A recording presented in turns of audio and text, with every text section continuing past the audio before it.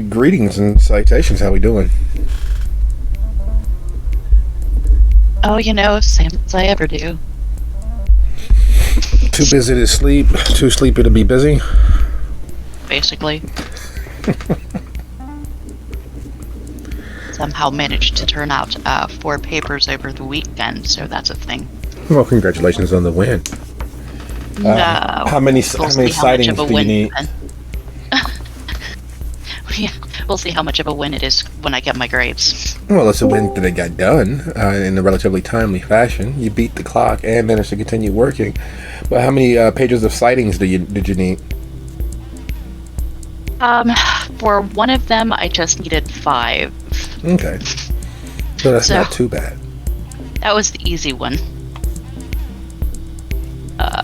Another one I needed at least 8, and the rest of them were basically as many as you need to prove your point.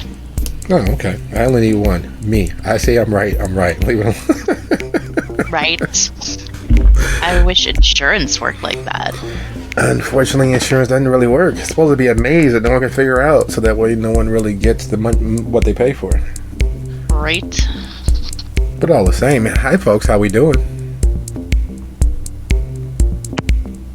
What's up? Not much at all.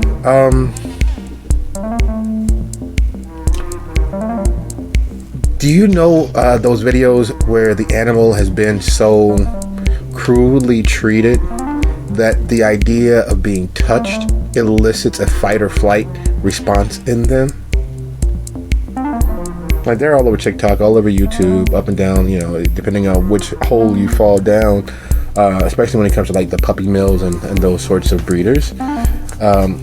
So it's always a really, really sad moment and while that's happening, and then the pup, usually sometimes the cat, will eventually come to grips with that not all touch is a bad touch, and that just because they've been denied it doesn't mean that it's something that needs to be fought against. I kind of understand those animals now. I kind of understand the empathically connect with those animals. I have been at this position just under a month. And even with a relatively huge career in management, middle management, and casual and fine dining environments, I have never been so well treated in the first few days. And that's with them doing the honeymoon period, trying to ease you into what their flow is and showing you the example of how they do things. So there's not much changes, really, no matter which product you're working with, and when it comes to food or that level of service. But I've been there under a month. I have full access to the width and breadth of the office. There aren't any, oh, we'll get to that later, or no, we'll talk about that later, or no, we'll show you this later, or no, we'll get you access to that later. It's a 100% transparent. Here's what we're doing. This is why we're doing it. Let's keep it moving. And all of this preamble and all of this build up to simply say that today they actually, in less than a month, what normally takes 3, 4, sometimes 6, I already have business cards.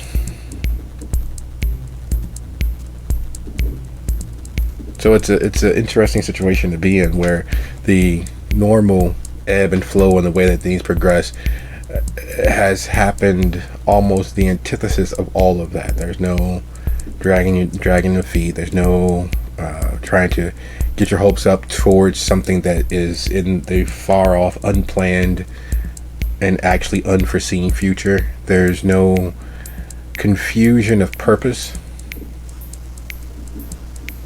I didn't think that was possible.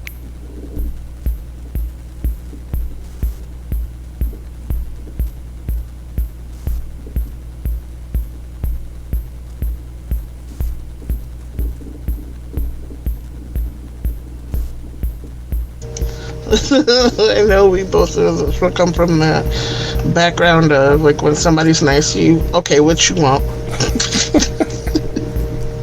Because you buttered me up for some reason. What is it that you want? So that must, yeah, be a little not off-putting, but like confusing. And I'm sure it's like, huh?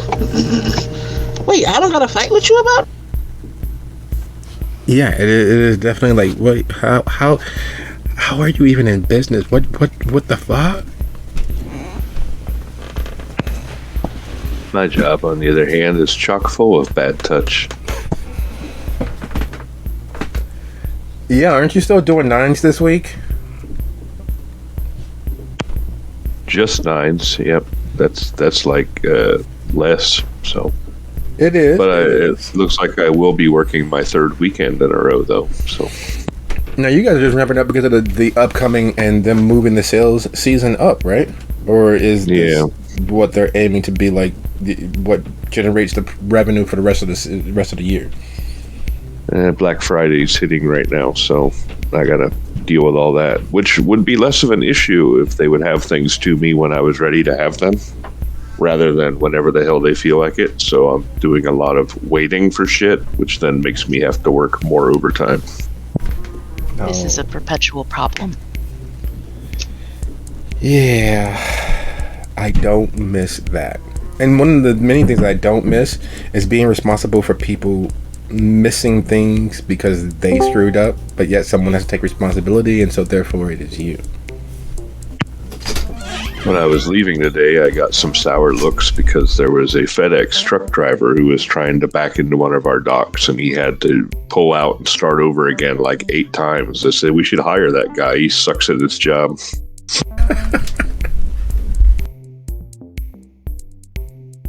Sounds far too apropos. But welcome, Lucio. How we doing, boss? In the week since we got this puppy, my hands have been covered in so many battle scars. This puppy is teething like crazy, and I don't know how to stop it. They think I am their chew toy.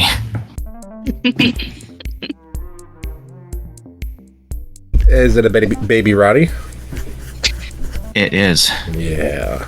Very, very emotional, very, very clingy, and will completely decimate you in love bites. They love their peoples.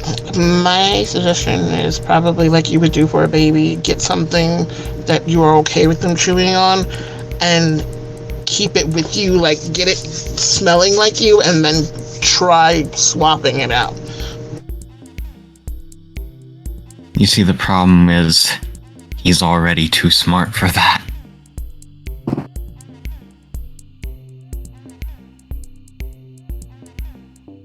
Yeah. You are in for a time. Weaning any baby out of teething is difficult, and weaning off a baby that is emotionally manipulative is even worse. I wish you all the luck you can possibly manage.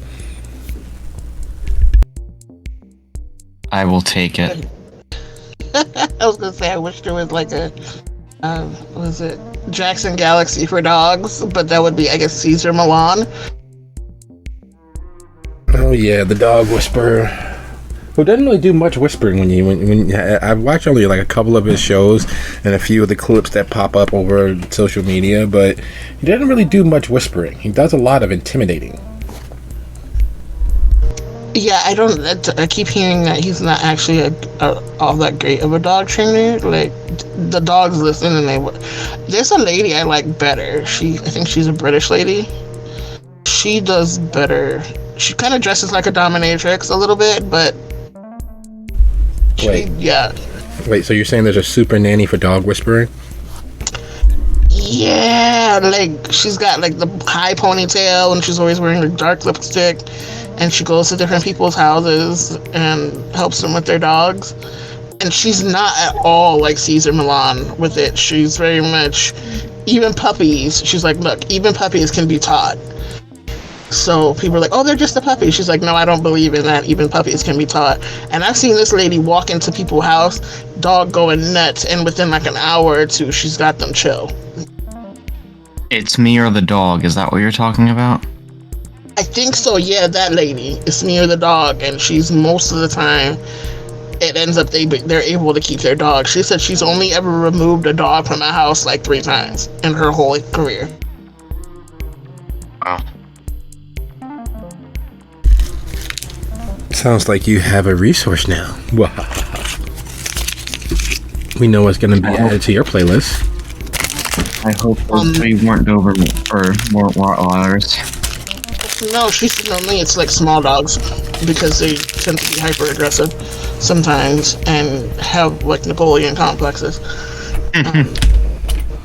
Yeah, Rotties are just overly affectionate and overly expressive. Yeah, they're big dopey. Dopey. On my end, I almost took a flight out to my home, one of my hometowns this week to go pull up on somebody who is messing with my younger sister. And then also, I'm fairly nervous because tomorrow is surgery day, so. Yes, but you will be in good hands and you will have good drugs and you'll have a great recovery. So, you know, we have that to look forward to.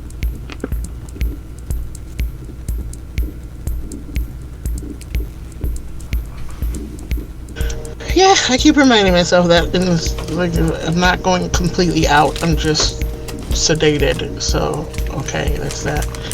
But, yeah. And speaking of drugs, you got 2 people here you can ask questions about if you have any concerns. That's crazy. That is true. Very much so. Wait, so we're only talking about legal drugs, right? Because then that'd be at least 3. And they're always better with booze.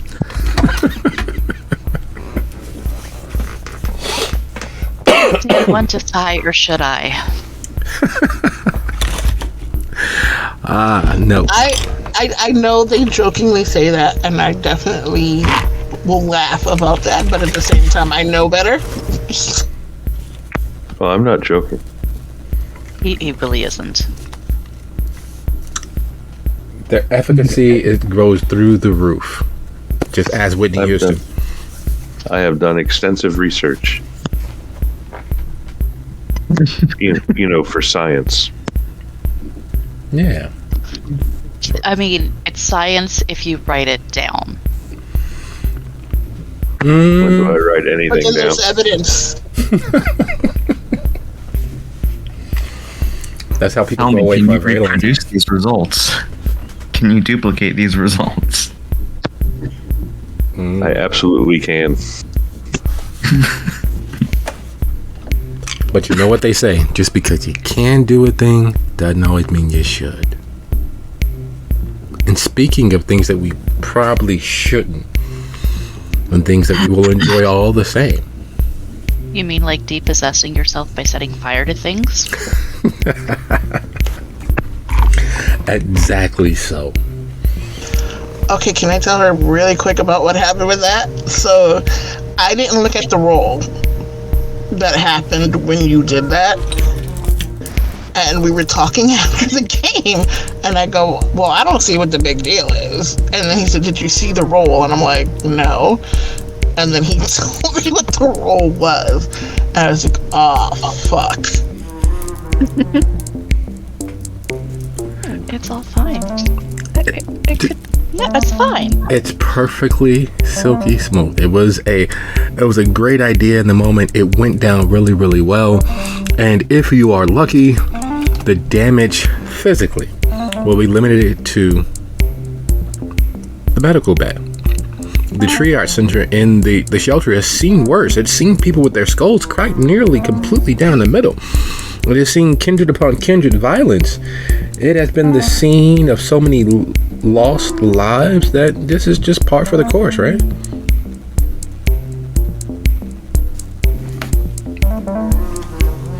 And I take it that we are all caught up with where the coterie is.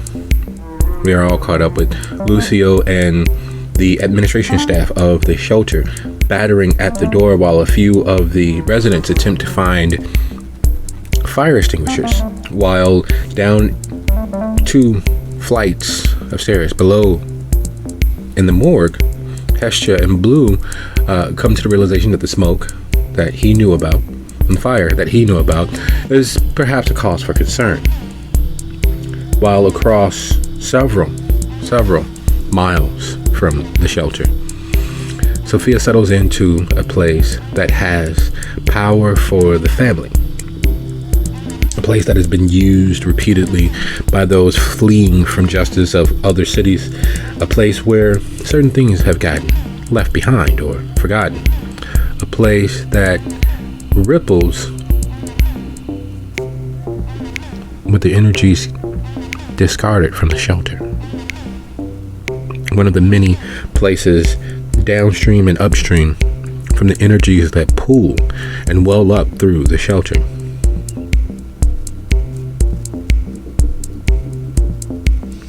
And in the center of all of that storm, all of that maelstrom, all of that frantic energies is Miriam, a growing sooty fire, feet from where they lean against the door, holding it closed, keeping the other denizens out, as a feeling of relief washes over them as something has been released. I don't know if you guys have seen Wicked, but I forget whether it's before the intermission or just after, where she begins the "something has changed within me. Some things are not the same." That's how Miriam feels. She feels as if she, in this moment, can defy gravity, as if the forces buffeting against her could cause her feet to float up, as if she can escape through the velocity of her own will from all of the pressures that she has previously been under.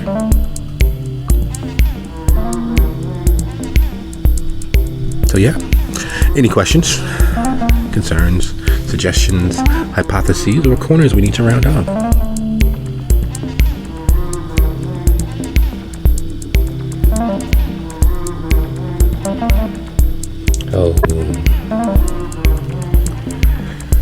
Oh, silence, blessed silence. That means that we are still in the same book. We are still reading from the same melodrama of these beloved characters of our hearts. We are all simpatico with what happens next. And as we prepare to dive in completely to this moment to explore what comes, I'd like to offer my thanks. We have spent a lot of time getting to here. We've been allowed to spend a lot of time getting to places where angels fear to tread, where we can safely peer into the dark without having all of that voidy goodness peer back into the rest of our lives. It's one of the few places, this play of ours, where we get to be rambunctious, rebellious, and irascibly dark, mature, and play our parts. And for all of the adventures, all of the heartache, all of the ups, downs, and places in between that you all have provided the fount of my imaginations, thank you, and thank you. It means a lot. There's no way for me to properly encapsulate how much it means, merely that my thanks are heartfelt and take up the fullness of who and what I am, because it has meant a very, very big deal to me. Your time, efforts, and energies are appreciated. And before we do much longer, I'd like to say that this is officially Soup City Sins, Season 17, Episode 6, from Hollywood with love. When we last left our coterie, there was, as always, chaos in full bloom. When we last left our coterie, the specter of death, as always, takes notice of them. And when we last left our coterie, there was, as always, more things happening in the shadows, in the whispers between moments, than what they were fully aware of. what they were fully cognizant of. And in those spaces, dancing between chaos and chaos, we throw ourselves once more back into this exchange of energies, this realization of a plan, and this potential fomenting destruction and devastation that has yet to rear its ugly head. The other shoe has not in fact dropped, but it is hanging like a thread, by a thread like Damocles' sword. So we will begin anti-alphabetical as Sophia and her lovely sister settle in and realize what lay ahead of them. Realize the powers that they are juggling. And the realization that Sophia hasn't had to juggle before. She has always been the sword of one of the Pater's wills. She has always been the agent provocateur instead of the force being acted on. She has fomented usurpations of power. She has fomented contracts and standard operating procedures of how business will be conducted. She has been a problem solver and a fixer. But in this, there is no doubt, there is no way to escape. She is either the victim of agents against her will and against her design, or she is in fact the problem that will need solving. There's an old saying, master or be mastered, and it has never been more true than in the now. The Paters have left her to her own devices, and the resulting happenings, her mission all but complete. The fucking Puttanesca don't have a hold in the city. However, their bastard children, their cousins and grunkles in the Castiglione Tories, too. Their distantly close relatives, another limb along the same branch, do. In fact, upon close consideration of everything that she's been doing, the Castiglione Tories have been doing on a micro and macro level here. They have been usurping nearly every force of arm the Puttanesca had in the area. They have been usurping and taking full control of all of the operations that the family has foisted upon the Puttanesca to coalesce and put all of the bad eggs in one basket. The Castigliones have upset the apple cart. They have stolen the eggs and egged the Camarilla's house, the Savage house, the Anarch's house, and stirred up just enough trouble to make them irreplaceable. They're the cause and solution to all the problems they've managed to stir up just yet. And as the energies from the shelter rocket through her, as her loose connection to the coterie, to the shelter, has her still tied into the very vicissitudes of the shelter, she feels it.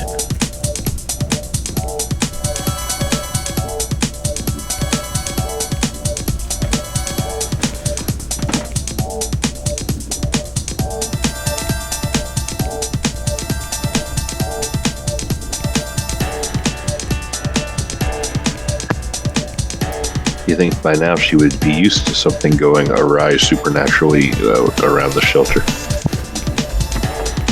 Well, you know, you get good at what you do.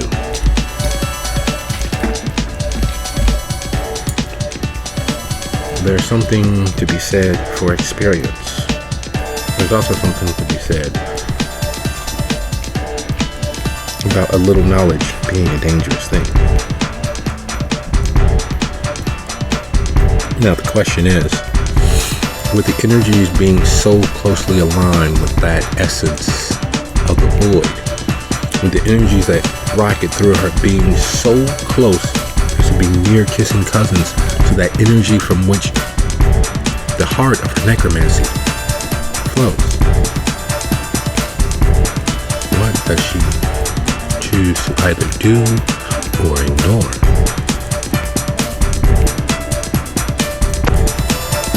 Well, she had already had a plan, so maybe now is the best time to enact that plan. So does she get her passport to fly back to Venice, or does she? No, she will use her nifty little oblivion power of Scald Fulfilled to settle a score with Hugo.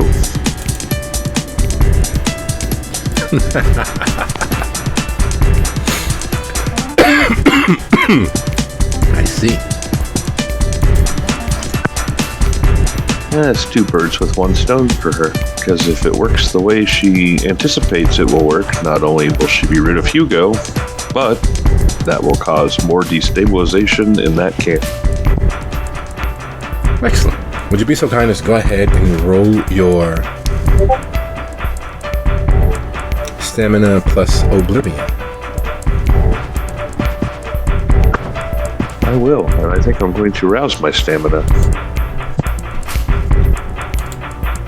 So that's a total of 3 rouse checks I'm about to make. I'll just make them all at once. You'll be fine. You'll be fine. What's the worst can happen? I mean, I am at 0 hunger, so it'll be alright anyway.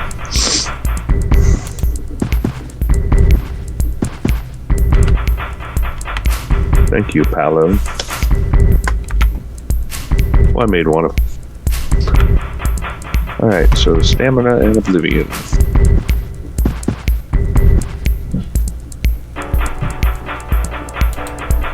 Alright, so that is 9 dice.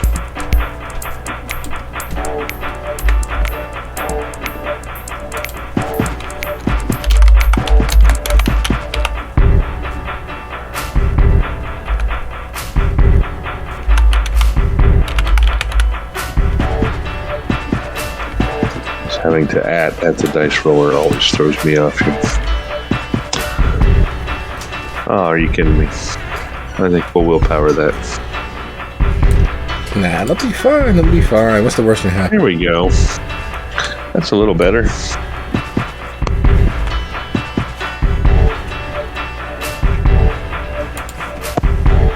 It's a shame I didn't crit, though. Because with a crit, I could just automatically stop his heart.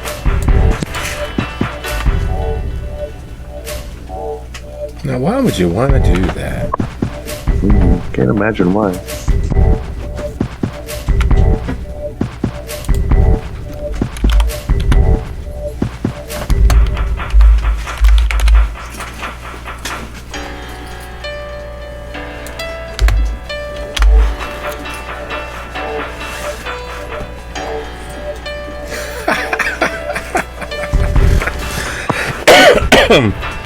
Hooray for bad die rolls. Lucy, I will rarely ask this of you. Do you believe that your family line is stubborn and would apply maximum effort?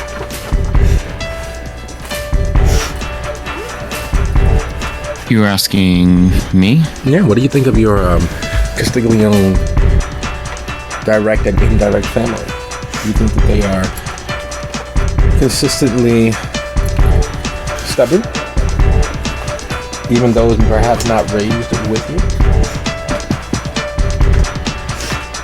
It might have skipped a generation with Ignacio, but yes, generally speaking, I think so.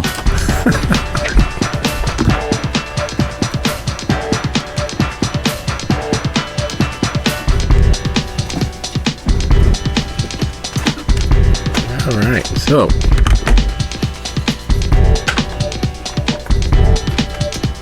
that being the case, it is with no small bit of glee and mischief that Sophia reaches out, virtually from beyond the grave. The Hakata version of Montezuma's revenge, and lashes out with the hand of fate via its very close cousin death. And as things happen elsewhere, where she can feel the energies seemingly almost redirected, the overflow from all of the paranoia and hair raising from the shelter, being batted away and pointed, almost as if she is very much the specter of death, or the spirit itself come to visit. Her heart doesn't beat normally. There's no warmth to her existence normally, but there is some twisted smirk that begins crawling across her face.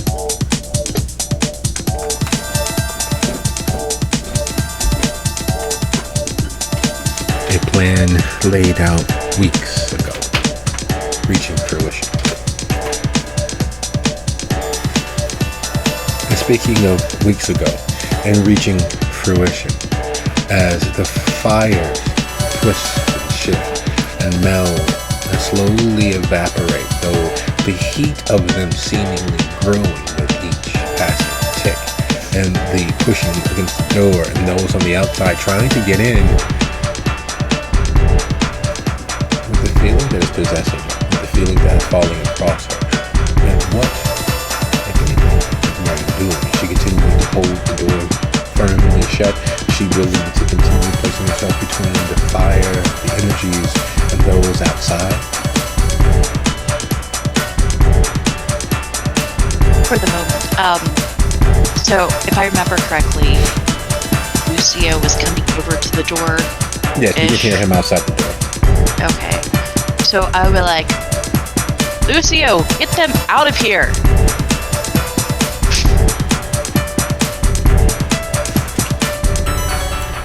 Excellent. So, that being the case, let's bring Lucio into the scene, because there are very few things that actually and actively can kill a kindred to kill what you all are. And you know those things are the sun, other kindred, other supernatural things out there in the dark hell. And now that your dad, your dear old pod, your biological donor is no longer in the land of the living, there's nothing he can actively actually do to kill you or anyone else you love. He is, while a supernatural being of some sort, he doesn't have any physicality to him. There's nothing he can actually do to destroy you from that side of the veil, as far as Lucio knows. That leaves fire as the one thing that will permanently end his promise of immortality. And fire is what's exactly on the other side of the door. The feeling that erupts through that door just ahead of Miriam speaking to him is incontrovertibly a source of concern. His beast is crawling around his head going crazy as if it senses the storm that is about to rain ungodly hell down on his head. And then you hear Miriam speaking through the door.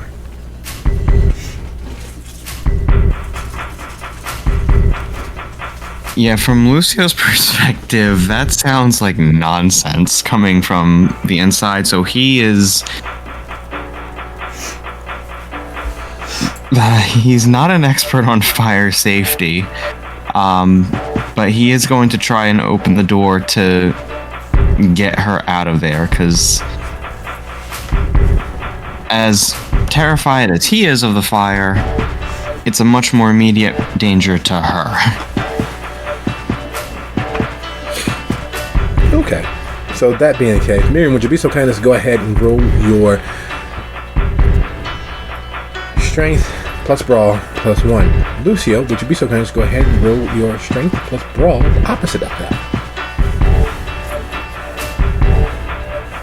And you need to exceed by 1 for a complete move. Fair. I'm going to be silly and I'm going to rouse for this. Oh yeah. There's nothing that helps more in a moment of extreme duress than calling on the strength of the beast. The beast is nothing if not a winner. The beast is the undefeated champion of such situations. It, like the house, always collects its due.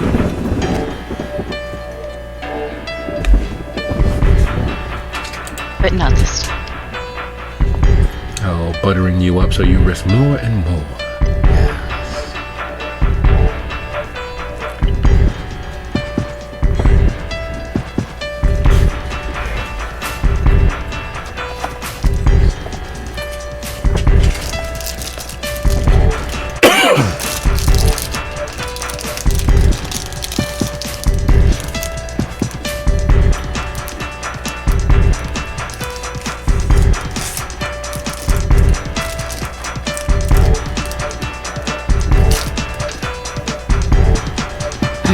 You forgot to add it. I don't think it works if you edit it. Nope. How ridiculous. Yes.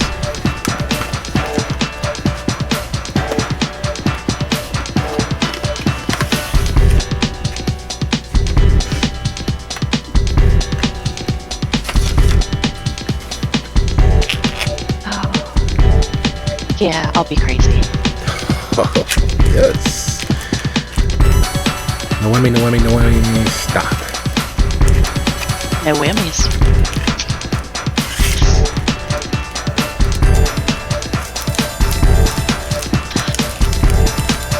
Lucio, you have your target. I rolled a 2. You know, there's a often tried out aphorism that even a broken clock is right twice a day. I fail to realize that typically a broken clock only works or is only right twice a day if it is in fact analog. And in this particular moment, in this particular second, the door very much is analog. Not wishing to tap into the full strength and measure of the beast. Not willing to tempt fate and use the shadows. Not willing to summon up all of the supernatural strength that is potentially his birthright. Lucio pushes against the door, putting his shoulder to it, and finds it and the Kindred on the other side far more determined to keep him out than most other things have in a very, very long time. In fact, as he pushes against the door, he is surprised to find it wholly and firmly in place. None of the mass damage that he has done on nearly ad nauseum. His strength and savagery being one of the first incidents that drew the police to the shelter. His strength and savagery and the gifts of his blood being one of the reasons why, even to this day, in one of the forgotten elevator shafts, there is a broken piece of masonry with rebar in the shape of Mjolnir, with the blood and brain matter of several formerly active duty police officers who no longer work not only the area, but in the city as a whole. And yet, when he puts his shoulder to this door, he hears a slight grunt from the other side. And that's all. The door remains on its hinges, the door remains closed, and it is a surprising feeling, one he hasn't had before. He is not sure why it isn't anger, why it is not rage, but there's a respect for what strength Miriam might in fact have.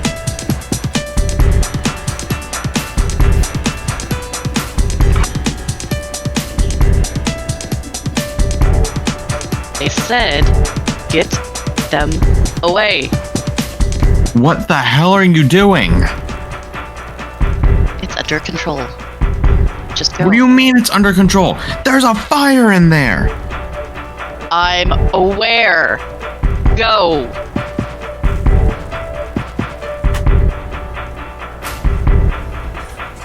Lucio's gonna step away from the door. Is there any other people nearby? Yeah, Donnell and Amalia are there trying to calm the other residents down.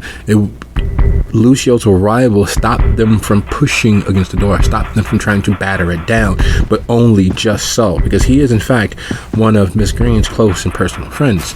He is in fact one of the close personal friends of some of their former volunteers, and so they are hoping he's able to do something. The last thing they need is another incident in the triage, in the medical center, because the last time things went bad in a medical center, Donnell nearly died.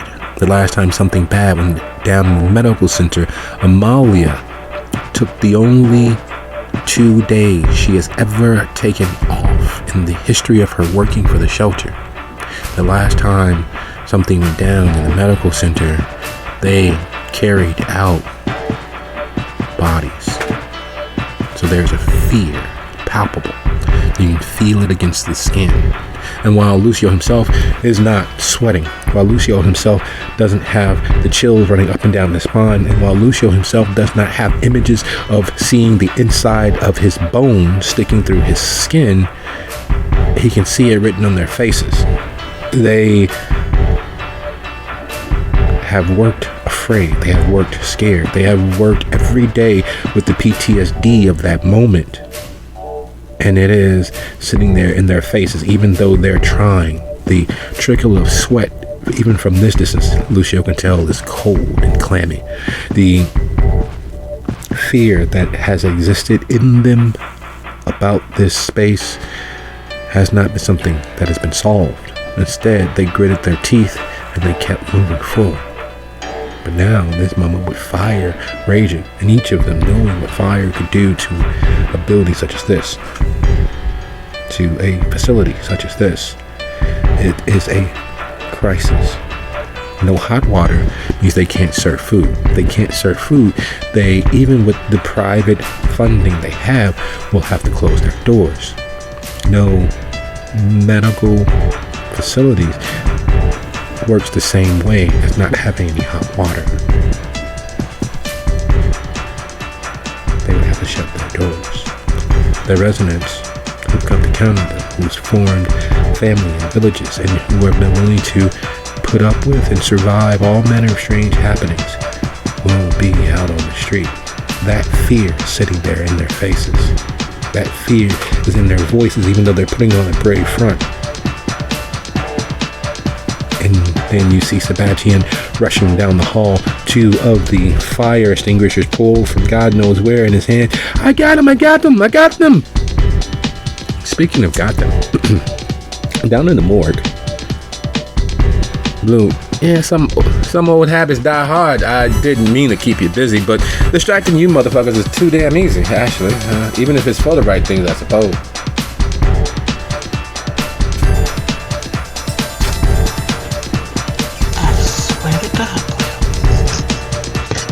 This place burns to the ground? I thought you said you weren't talking to him.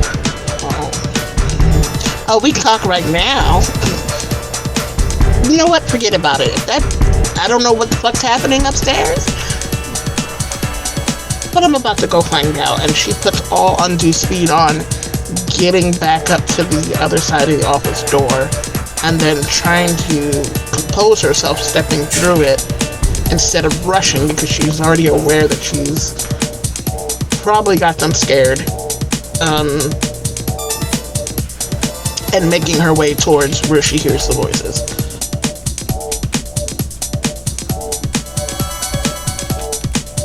There is something about the morgue, and there is something about the kitchen, and there's something about the parking structure. It seems to always be these areas where things go wrong. And lest we not forget, the very front door, the very main entrance, hell, that was where, well, that is where several illusions have been pulled back from some of the residents' eyes. That is where several of the residents still to this day have moments, much like the triage and medical center of the shelter.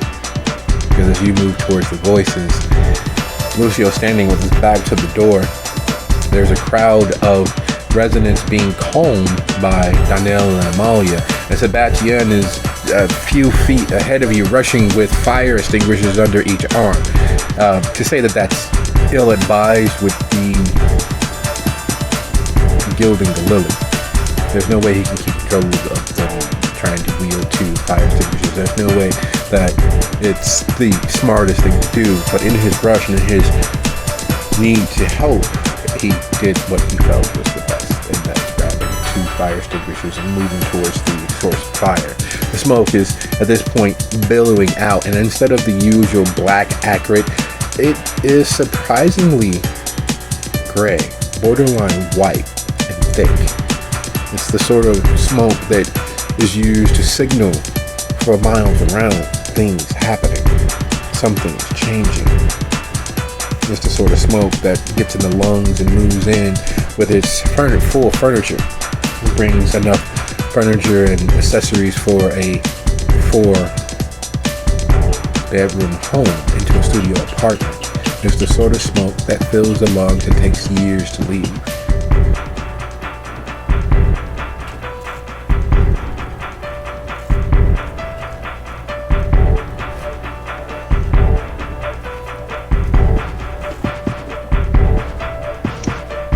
Taking stock of that, has Lucio seen her yet, or has she like eyeline with him? Unfortunately, being beneath height, with the hall being filled with people trying to, batter down the door or try to figure out whether it's better to run and flee, and with Donnell and Amalia in the hall and Lucio at the back of the hall with its back towards the actual medical wing, and Sebastian moving relatively quickly just ahead of her. She can't quite catch his gaze. She can't quite. She knows he's there because she could recognize his hair from across a football field, but no, she can't make immediate eye contact. The voices are raised and people are beginning to panic, and Donnell and Amalia are trying to keep them down, trying to tell them, to convince them that we have survived worse. We will survive this. Calm down. We will get inside. We'll figure out how bad things are, and we'll make sure that everyone's okay. For right now, get your things and move towards the front of the building. We will take care of this. Now, motherfuckers, will y'all listen? We have not led you all astray thus far. Look, there's Miss Green right there. We are okay. Just calm down. I've got the fire extinguishers. And the whole while, people are clamoring and complaining. And Hess is going to do that, put the finger in the mouth, piercing whistle thing to catch everybody's attention, and cut through the den to get everybody to look at her.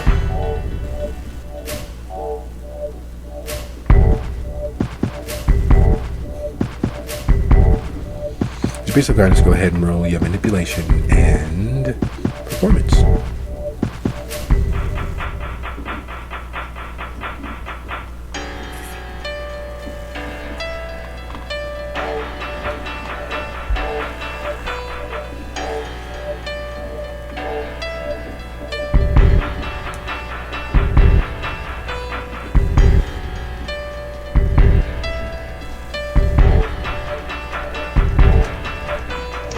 Compel is eyeline only, right? Like, she can't push Compel into getting their attention.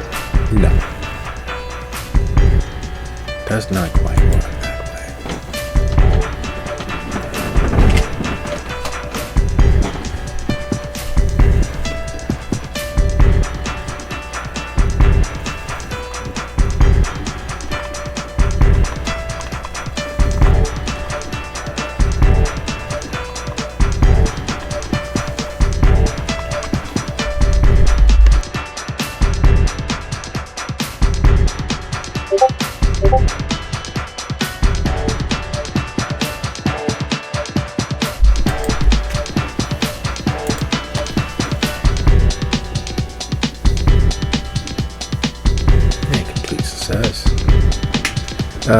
Just so that we are clear, does Lucio or Miriam have heightened senses up currently? Not in this scenario, no. Miriam does not have it, so no. So you all are gifted with just a normal piercing whistle tearing through the space. Dampened mostly by all of the bodies pressing surprisingly close to a source of fire. There is a foolish bravery in that this place means so much to them that the natural human inclination to run completely opposite of wherever fire is has not possessed them all. That even with that drive and that anxiety that fire causes, uncontrolled fire causes in the average person, that they still need calming, they still need Danielle, Amalia, and even Sebastian to corral them from their need and want to find out how bad things are. Yet that whistle tears right through them. that whistle brings their attention. So those members of average and slightly above average height begin looking around. Some of them actually closer to Hestia put their fingers in their ears seconds too late and look towards Hestia. What the? And just like Amalia had said, because she was able to see Hestia's approach, and there she is. And of course, it was Amalia that saw Hestia's approach. And the old, weathered woman that she is, the survivor that she is, there's a small smirk of appreciation. It's a strange thing on a person's face in a moment like this, with fire literally to their back behind that door, with the hall filling with smoke. There is a flicker of things will be okay. Once she gets their attention, now she's going to put compel into it, but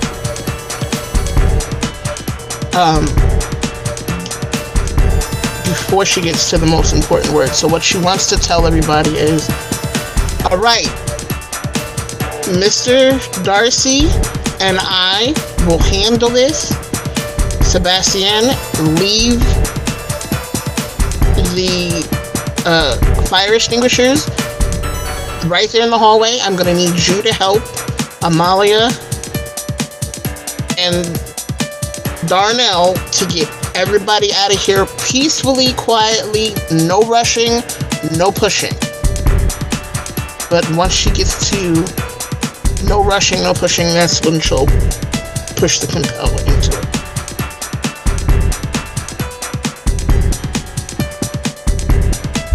Okay. Well, compel doesn't work on mass groups, but what we can do, because there is that push of supernatural energies behind it, would you be so kind as to go ahead and roll, because you were speaking honestly in what you feel is the best in this particular moment, would you be so kind as to go ahead and roll your charisma, your leadership, and your dominate is 3 or 2? Oh no, it's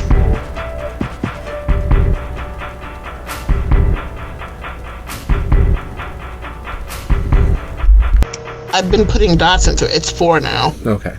So we will give you a bonus of 2 from you pushing with your very real all into this. It's not going to be an actual dominate effect, because compel only targets one person. But it does add heft. It does add a bonus to the very real calmness that she is putting forth, the real leadership she's stepping into, and manifesting the real effort that she's putting forth.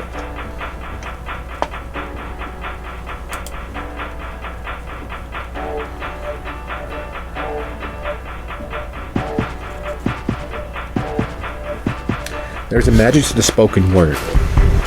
And like all magics, it comes from that faith and belief in whatever the message is. It's the reason why salesmen who really believe in their product, why salespeople who really believe in their product are far more successful than those who don't. Even those who are faithful in the monies that they might get for themselves and their families, if they believe in a product, it just only magnifies their ability and their skill. Their success rate goes through the roof.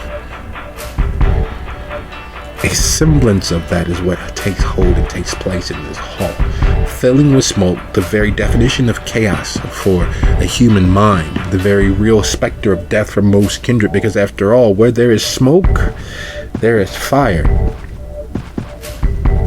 That little bit of sun made manifest, a little bit of heat that can shuffle off the mortal coil any and all kindred with enough time or enough effort. And yet Hestia, small form, is able to muster enough force, personality, and will to reach through all of that chaos, through all of that growing storm of excess emotions and doubts and worries and frustrations and anxiety, and able to grab them up by their short and curlies, and them falling in line and beginning to follow along with the suggestions that have been pushed upon them to toe that line, because they have someone they're willing to literally wallow into the mouth of hell. For a brief, flickering second, as the residents began heeding Donnell and Amalia, as Sebastian sets down the fire extinguishers and rests a hand on one resident or another and begins guiding them past Hestia. They shuffle past, some of them patting her shoulder, some of them just giving a touch along her forearm, some of them nodding knowingly that things will be okay. And then, as Donnell passes, that raised brow and nod of respect, leaving Hestia, Lucio, the smoke, and Miriam at her door between them.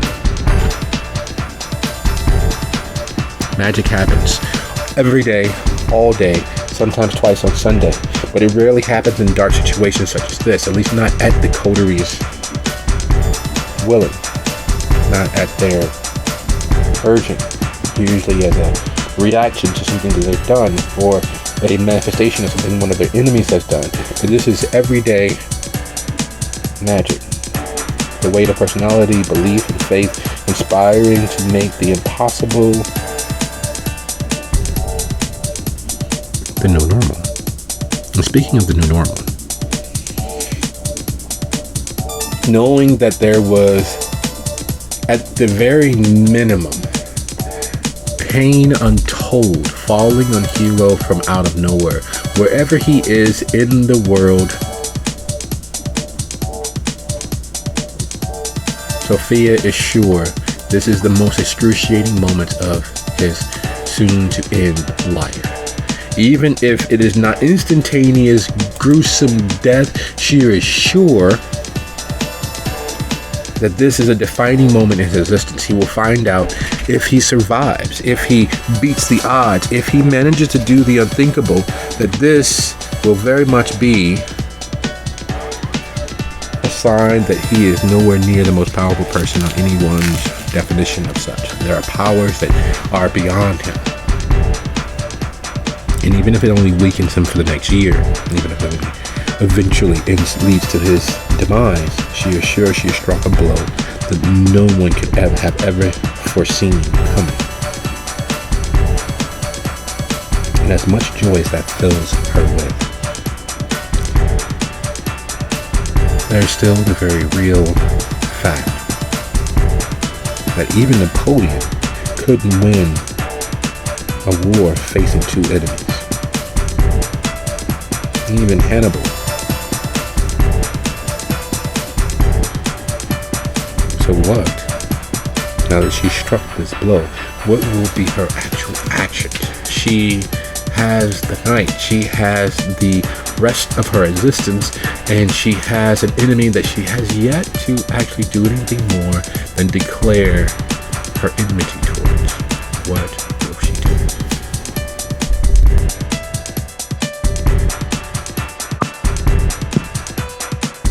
She will make sure that Vittoria is ready to give that order they spoke of when there weren't prying ears. Beyond that, I don't know. She would probably do some plotting with the information she has to look for weak points to hit, alliances to manipulate, things to do politically, to assert some leverage, get some people in her court, or some, you know what I mean.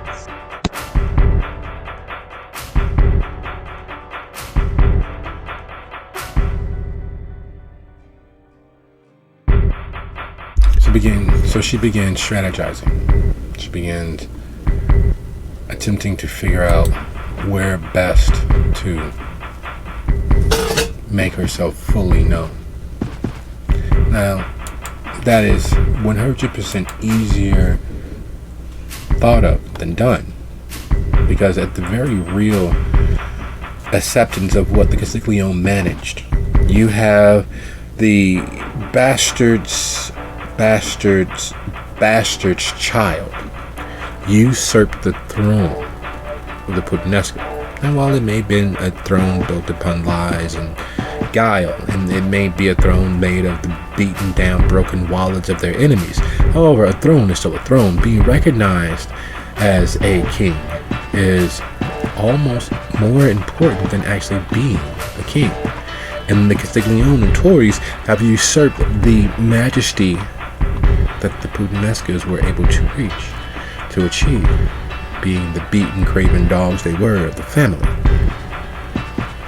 And in quite a few cities, the Puttanesca are the very definition of what it means to be a Giovanni, to be the former face of Clan Hakata, to be the former face of the Clan of Death. They are as close to the Giovanni as any non-family member could ever truly discern. In fact, if being completely honest, when most people think of the Giovanni, they are actually envisioning the Puttanesca cousins, the criminally minded, wilier than they need to be necromancers. And now you have their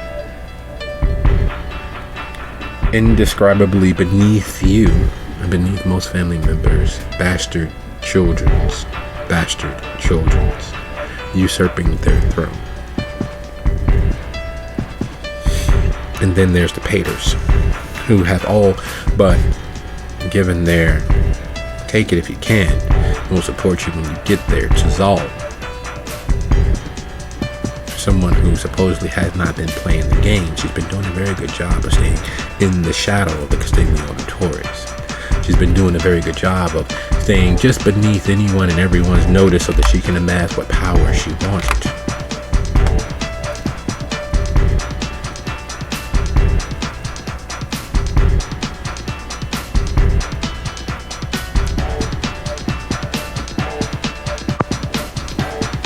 Sophia would consider for a minute the usefulness of perhaps reaching out to Zal with the proposal, but then decide that that would probably not go well.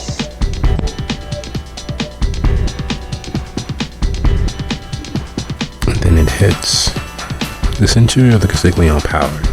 As far as the Tower of Chicago is concerned, has been, and it always will be, St. Jerome's. It's an open secret amongst those in the know that if you want to deal with the necromancers, that is the place to go. It is a symbol. It is a scepter, a sign of true power.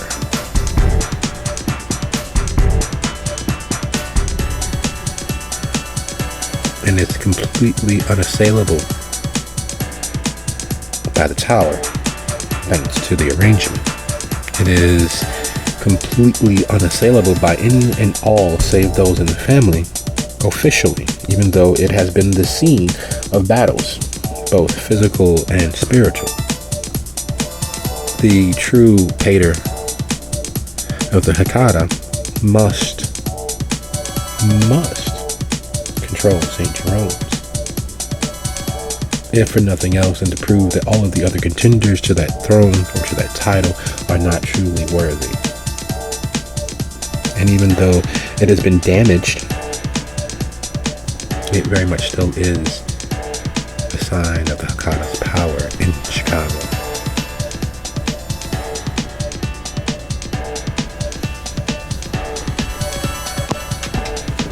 Well, she had attempted to attune to it once before. Who ended up attuning to it? Therein lies the absolute dilemma of it all. There was a ritual that you interrupted.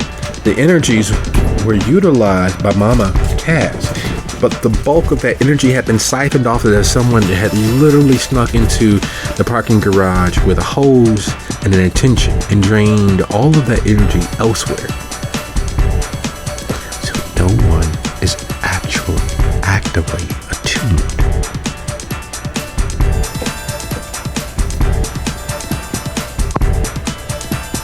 Well, what's the murder of some more innocents? But, for the next night, it's probably late now. It is. It is nearing onto midnight.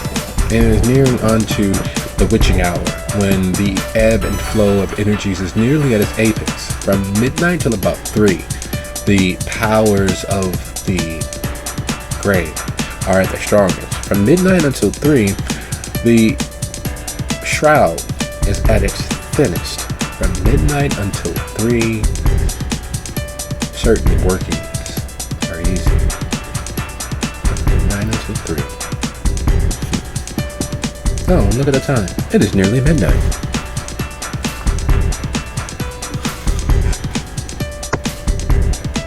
Well, let's go on a field trip.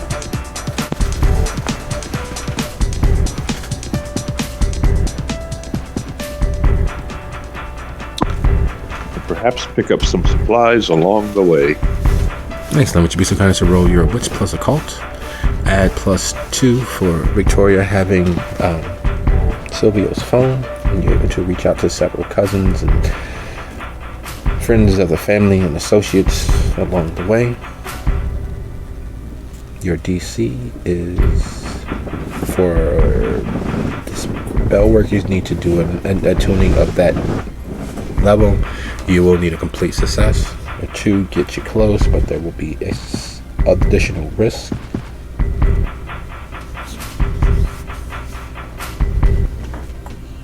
Does my specialty in vampires apply? I assume not. No, because you are a vampire.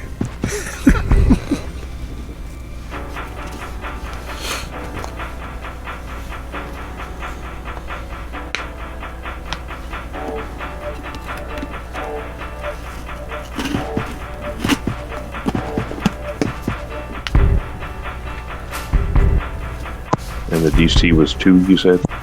2 to pass, 3 to match. So 3 is your goal, but 2 will get you there.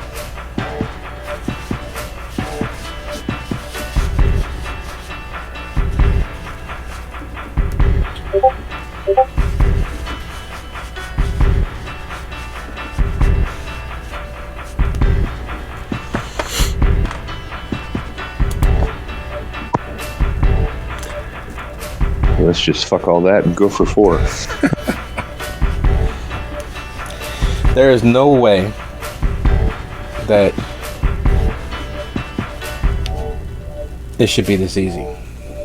There is no way that along the way from your hidey hole, from the family's hidey hole in Little Italy to St. Jerome's in Rogers Park, that you reach and connect with not one, but 2 old voices that you haven't heard since you were last in, since you were last in London, since you were last moving through northern Italy, since you were last in Uzbekistan. You have not spoken with these voices from the family in years. The idea that they are in the city, the idea that they are at the suppliers, the idea that they have all but converged on the gleaming gem of the tower is, what do they call that? A strange coincidence. Especially being as at your last pickup, as you are just at the edge of Rogers Park and moving north towards St. Jerome's, the last little supply house that you all keep spread throughout the city.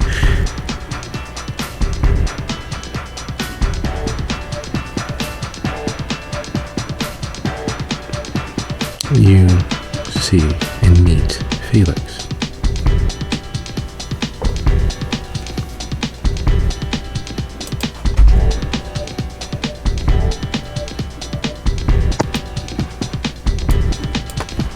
Refresh my memory. Who is Felix again? Well, Felix is the other half of the former Sandy Barons of the South Suburbs. This is the one you have the arrangement with. Felix is not supposed to be, is not expected to be anywhere save the Dalton, Thornton area. Yet here he is, nearly 30 miles outside of his respected and expected territories at a supply house.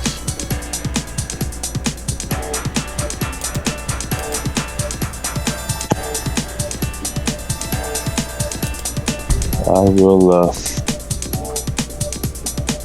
look at him, I guess. I'm not going to hail him, but I will make myself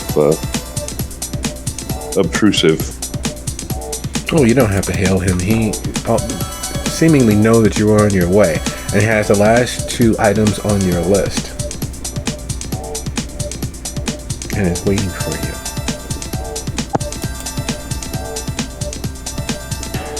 What do I owe this coincidence? We have a contract, don't we? We do, which I would like to pursue with greater fervor once I am done with this task, for I too would benefit from finding the secret. There are no coincidences. There is no time but now. The forces of the family have aligned against the Sambi. The south suburbs are dangerous, to say the least. And with the growing tensions between the Boulevard and all others, it is best if perhaps we work in closer concert with one another to ensure our mutual success.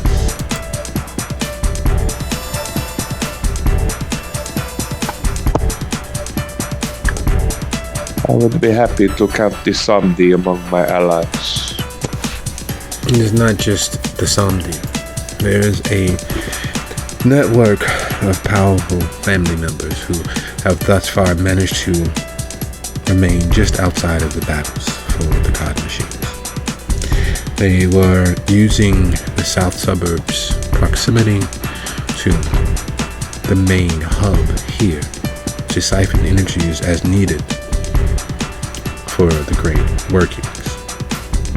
There is more than one game afoot for when the contract ends with us in the tower. Unfortunately, with the Volvar's actions, and with the returning of the former pater of Gary to the area, and learning what I have learned of the other side, I think it's best that we closer align our purposes. You were successful in Europe. I've done my research, and I apologize for my outpouring of emotions. I'm sorry. No apology is needed. It was a rather very much stressful is. moment. It very much is. I acted against someone who had no real part in what took place. I acted against a distant cousin when perhaps I shouldn't have. And I know what you've lost. So I consider ourselves even. And joined as we are in our individual sufferings, I would like... No. You would like, and I need, us to be successful in this. You are by far the better option against what lay on the horizon.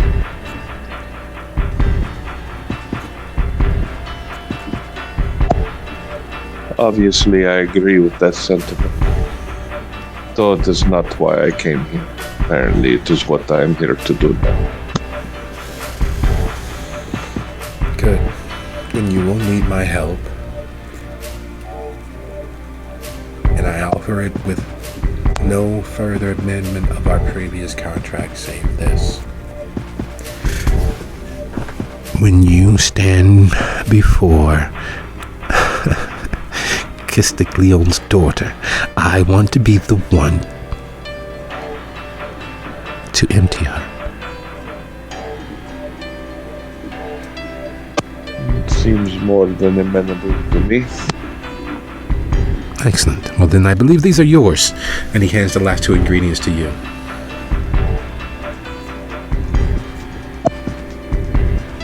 I will nod to my servant to take them as is appropriate. Victoria retrieves the items, moving everything into her left hand. It is a little more noticeable with her than it was with Silvio. Silvio had trained himself, or either had been born ambidextrous, and trained so that he had full control of both facets. And you assume that it was part of his OCD that most people didn't realize he had, his need to be perfect with both hands. Yet, in the now, with Victoria being left-handed, it is obvious when she's attempting to mitigate that by encumbering her left by keeping her right free. She always keeps one of her hands, one of her limbs free to draw if necessary or to defend as needed. The fact that she's working so diligently and so hard to use her unfavored hand stands out to you.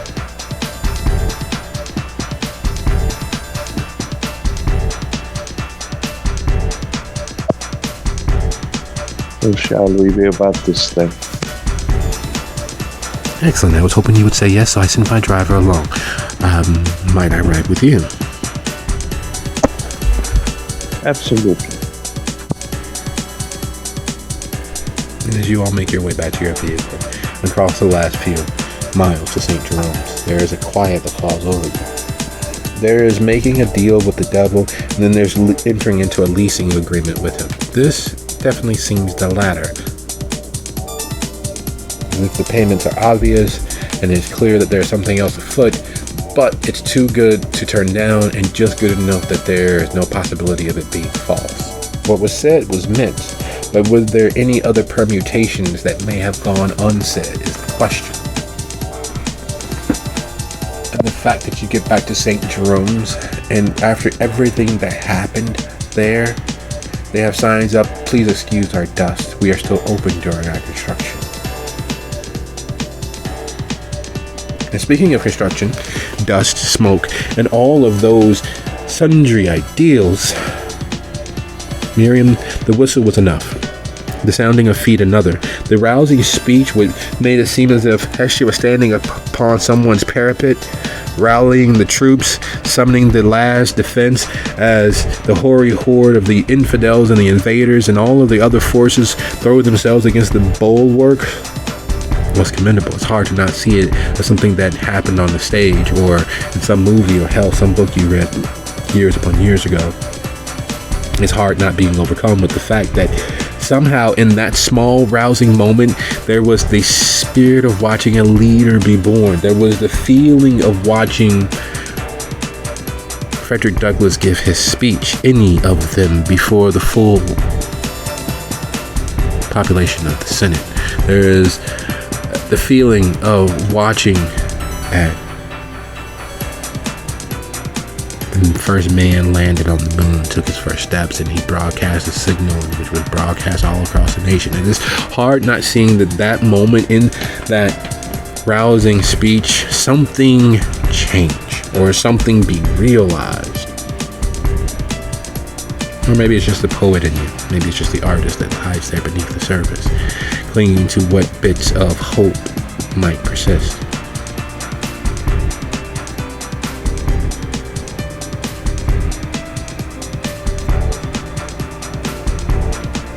She will smile to herself a little bit. What is the state of the fire at the moment? Smoldering.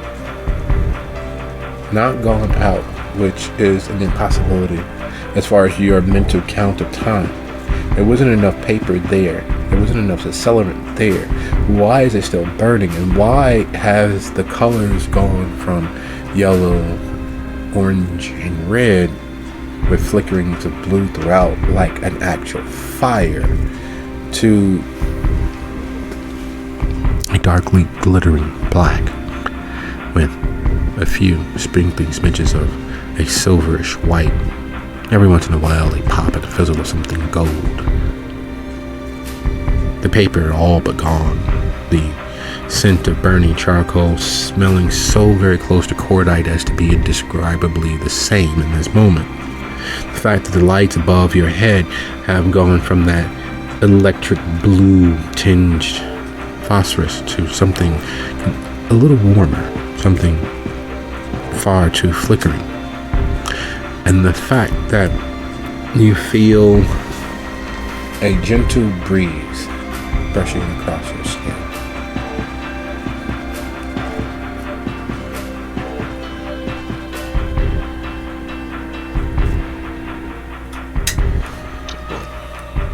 Chuckle to herself a little bit and yell, "All clear?"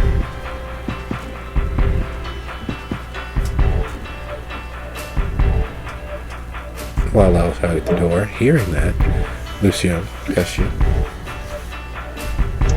I'm gonna ask real quick, did Hess know who started the fire up until this moment? No. Lucio would watch Hess's face go from concerned and calm to pissed. Are you fucking serious?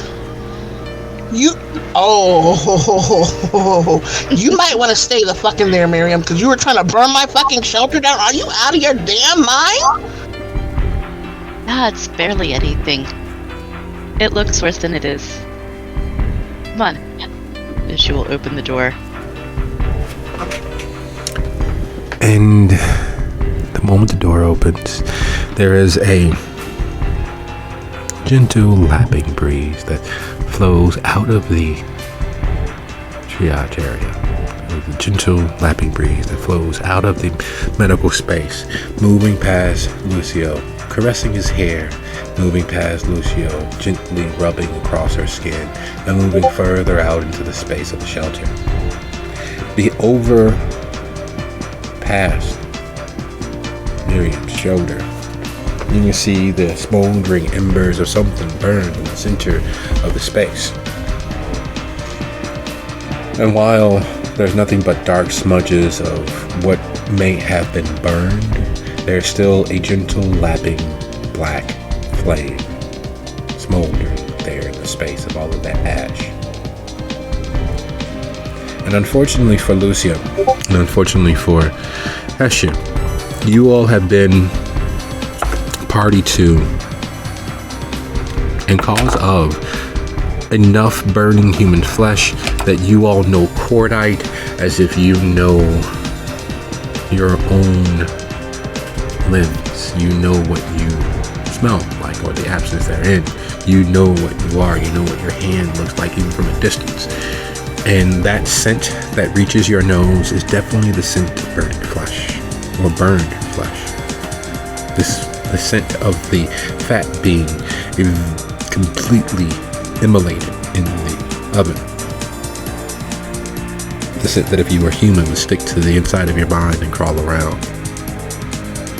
It's like a gentle reminder, and not that you all are cannibals, not that you are even remotely affected by the scent of food, but it definitely triggers that there was some bloodletting. It definitely triggers your beast move a little closer to the surface, because after all, where there's smoke, there's fire.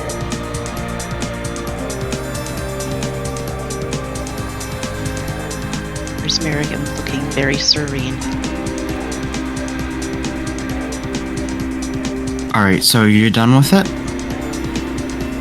A few more minutes, I think. It should go out on its own. No.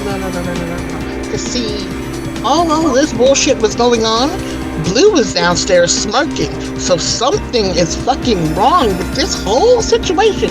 You didn't feel that roll of power that came off of this shit? What in this? Like, what would make you do this?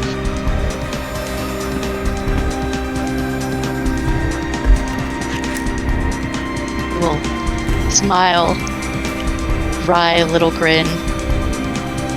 No one ever said a sacrifice had to be a person.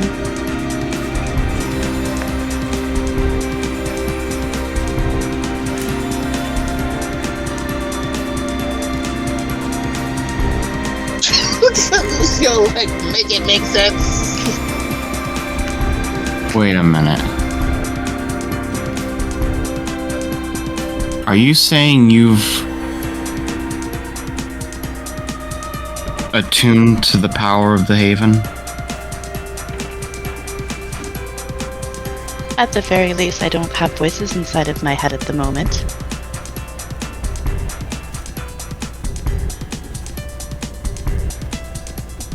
This isn't attunement. It doesn't feel like attunement. It doesn't feel like when Sophia did whatever they did.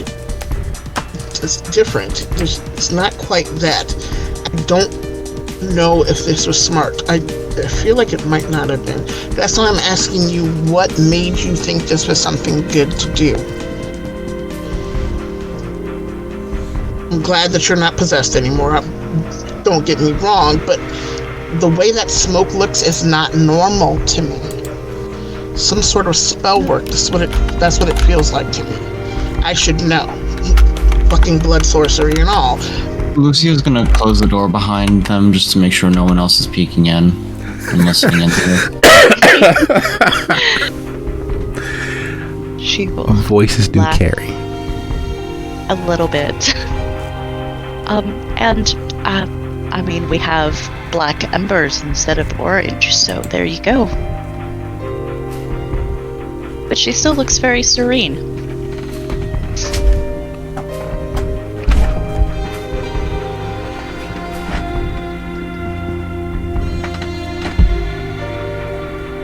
What exactly did you burn? Masterpiece. That beating heart thing? No, that was a quick sketch.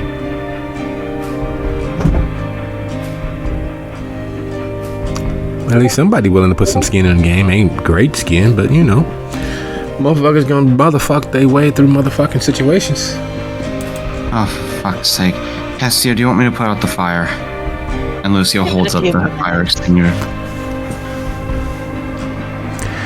As Blue Will go out on its own. As Blue says what he says, as Lucio looks to Hestia to begin trying to put out the fire, as the serenity that has fallen over Miriam crosses the line into the eerie, Hestia puts one and one together, and then another, several hundred, and moves from the fact that there is a relatively small, though seemingly immortal, black light burning where there was once an actual flame, a fire on this side of the shroud.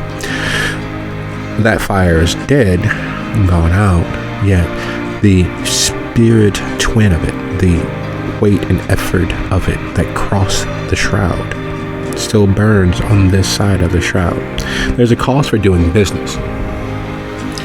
And the weight of the sacrifice, the weight of the life given, determines the exchange of power. And while the door hasn't been kicked off its hinges, it definitely has been unlocked and left ajar. That fire signified that there was not only a tear in the shroud, but a full-fledged door was opened. And as long as that fire burns, the real one burning in this Shadowlands, the shadow version burning here in the Skinlands, whatever crossed and spent time here enjoying Miriam's space and granting her a portion of its strength without taking possession of her, driving out the spirits that once inhabited her, is free to move about the cabin. It is free to exist this side of the veil, putting out the fire and keep it from crossing back through that way.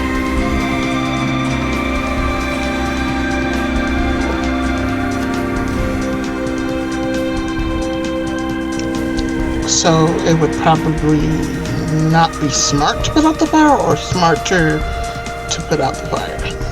If you want to trap it, figure out what it is, put out the fire. If you wanted to allow it to leave back the way that it came, or drive it back the way that it came, keep the fires burning. Shit. She looks at Lucio. The problem is, I would say yes, but she let something through. and I don't know what she let through. So we might not want to trap it on this side of the veil, because if we trap it, it might get angry and we'd have to fight with it. I don't want to do that. The fire allows it to go better. Let through? I don't know what she let through. I wasn't here when it walked through. Blue, do you know what walked through? Hell motherfucking yeah. Care to illuminate that for us? Why the fuck should I? Ain't gonna fuck with me. It's gonna fuck with y'all. She's protected. She got a guardian devil on her shoulder. And as long as I keep my mouth shut, I ain't involved in it. My name is Mess, and I ain't in that mess. Like I said, you motherfuckers gonna fuck around and motherfuck your way through the motherfucking shit. It is what it is. Right now, my whole concern, if I was y'all, not that I am, not that I've ever been that motherfucking stupid, although I was fucking dumb as shit. You know what I realized? Every time I try to fucking do the right goddamn thing, something jump up and bite me in the motherfucking ass. You know what? No more good shit for me ever. I ain't doing that shit no more at all. I done died more times than most people ever been alive.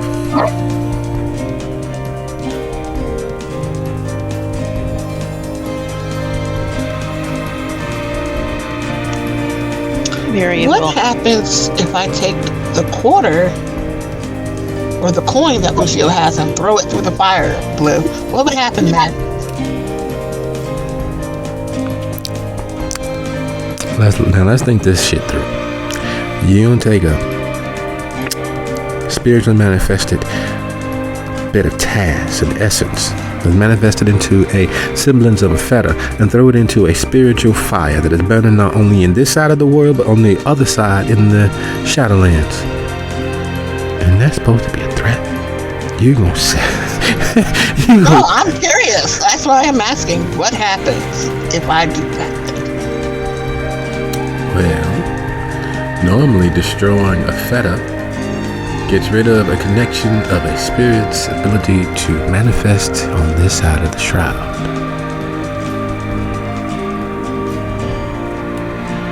But what you done there, you done flip things. What's burned here manifests there.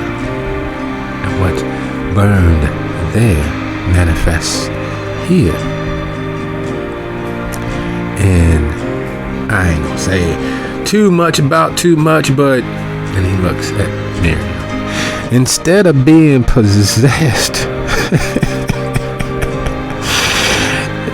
you are the gateway and the doorway that thing has ties to this place and this existence. So as long as you are hale and hearty and able to continue on with your continuing on, you are free from most spiritual interactions.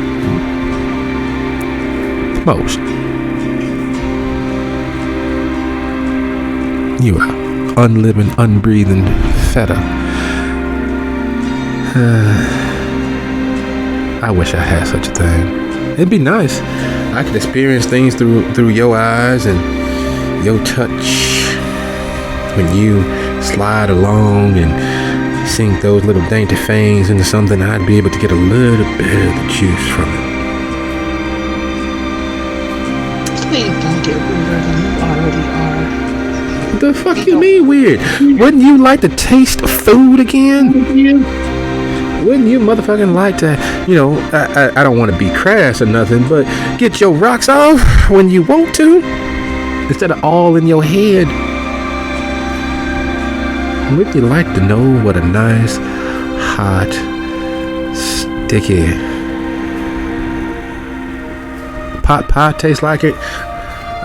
One of the favorite things I ever had in my life, my mom would make this thing from scratch. She'd spend all morning rolling out the dough and getting the chicken simmered down. And she'd throw in peas from the garden and a few carrots she'd dice up and get real small because I hated carrots. But they always tasted so good in her pot pies. And then she'd get the stock together. I don't know whether she made a roux or whether she just took the drippings and turned it into a gravy, but whatever she did with that chicken and just getting it all together, and the crust she made from her dough, it was flaky, yet it had a moistness to it that if I could just have another piece of that pie. Damn.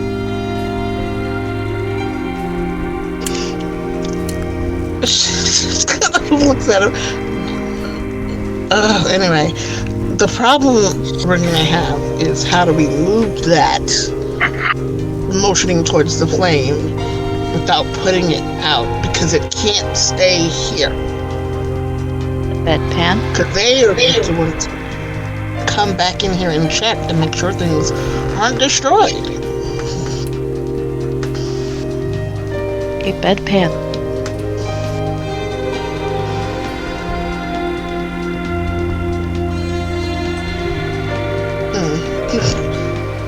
She looks to see if they have any. Any metal bed? Because it's not like I said, it's an infirmary, but it's not like that sort of infirmary. It's basic tables, first aid, blood pressure, stuff like that, but no like serious doctor sort of situation.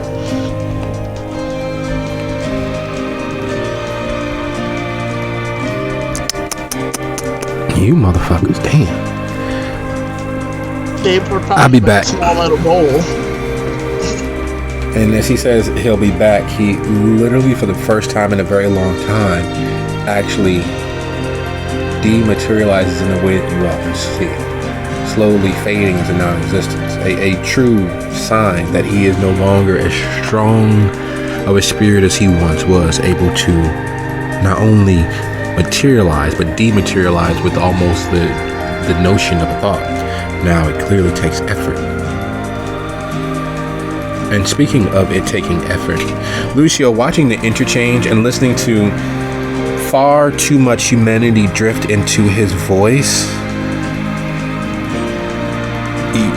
you hate to say it and make that connection, but it was the first time you realized that your father, after an actual day's labor, instead of doing his usual, getting home, taking off his boots, needed to sit in the chair for 40 minutes before doing anything else. Whereas before, he'd get home, take off his boots, and be bouncing around the house and singing and dancing, and watching that age and that lack of strength and stamina show itself was considerably more painful than you thought, as the image of him growing a little older, or not as hale and hearty as he was during your youth,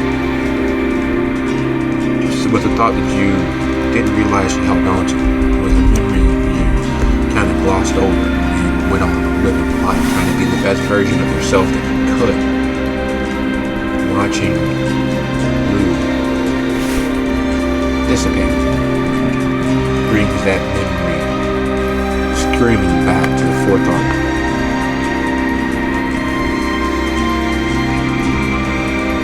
The lessening of the thing, the lessening of the person, is a palpable one. It reminds you of the last time you saw him there in the hospital with your mother, and not knowing your face.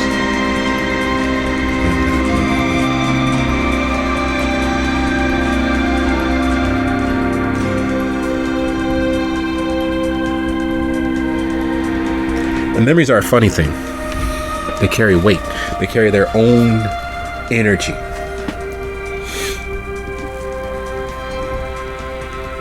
And it's one of the many things that will workers and warlocks and mages and necromancers play on. It is the very real energy behind a spirit's fetter. And it goes along with that myth that you die twice. One when your physicality ceases to be, and the next when the last person who loves you forgets you. And fetters are the manifestation of that. You can't be forgotten as long as you remember the hope of every spirit that has not moved on, the hope of every spirit that has not been churned up into energy or turned into something on the other side in the Shadowlands. Kind of like this place, having gone from a hotel to a hospital to a spa, as they used to say back in the 20s, to what it is now, all these many years later. How many times has this place died, changed, and become something else while still trying to hold on to what it was?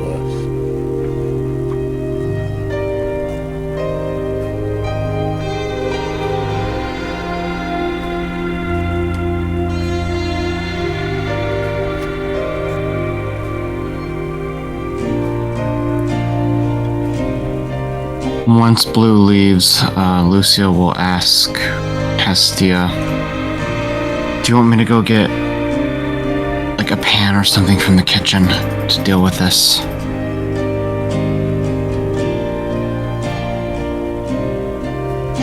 Actually, we have a small bowl. She found like a small metal bowl. Normally what would happen with that is like if they were stitching somebody up, the soiled things would go into the bowl to get washed or whatever. So she uses one of the smaller metal bowls in the area and tries to figure out how to coax the flame into the bowl while getting over her thought of flame. And even though it's not a normal flame, I'm sure there's still that her beast in the back of her head telling her, don't touch it, don't touch it, don't touch it. Why is it warm? Is the first thought that pops through your head. It's black, with bits of silver and a few flecks of gold. Black has never been anything but cool. Black light itself doesn't really emanate much heat. Even black light bulbs don't get as hot as other bulbs. Yet as you draw near to the fire, there's a heat that you can feel on your skin. As you crouch there on your haunches, preparing to spring away at the least propagation of actual burning, you feel the heat of it.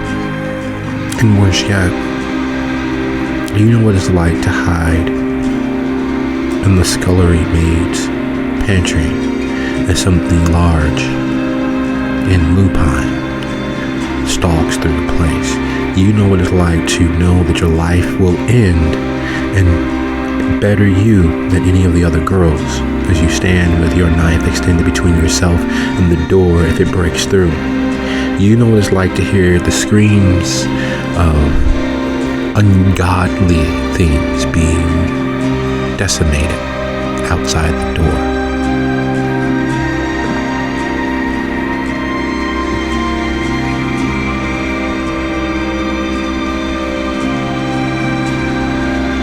Alright, Hess, if you have this situation under control, I'm going to head out for a moment. I need a moment away from all the nonsense that has been going on recently. And I just need to take care of something real quick.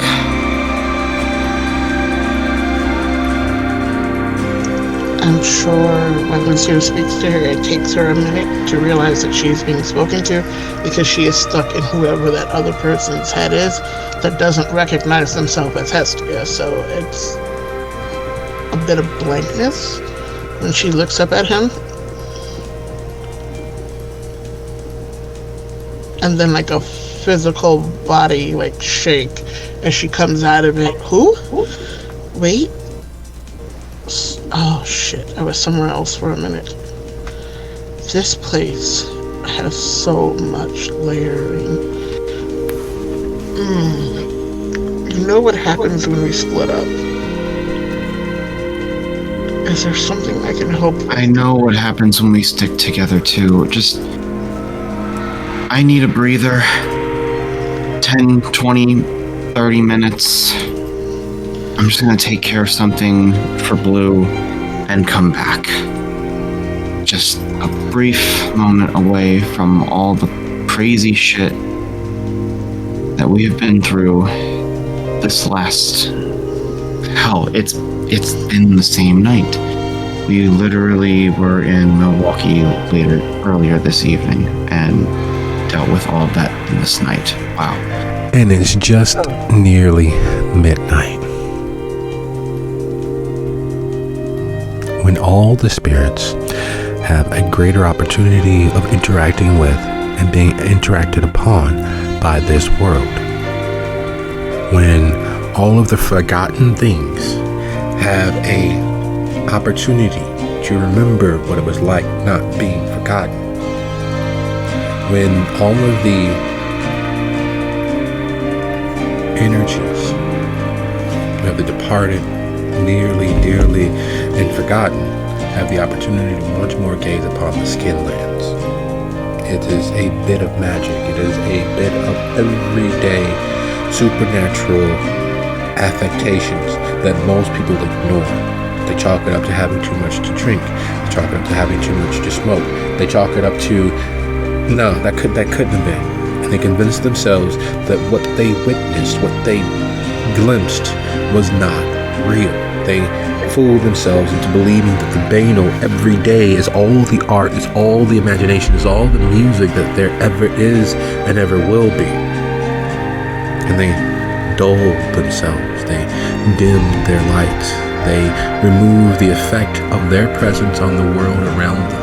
And they minimize all of that energy that they leak and drip all over the place. But not Miriam. Not in this moment.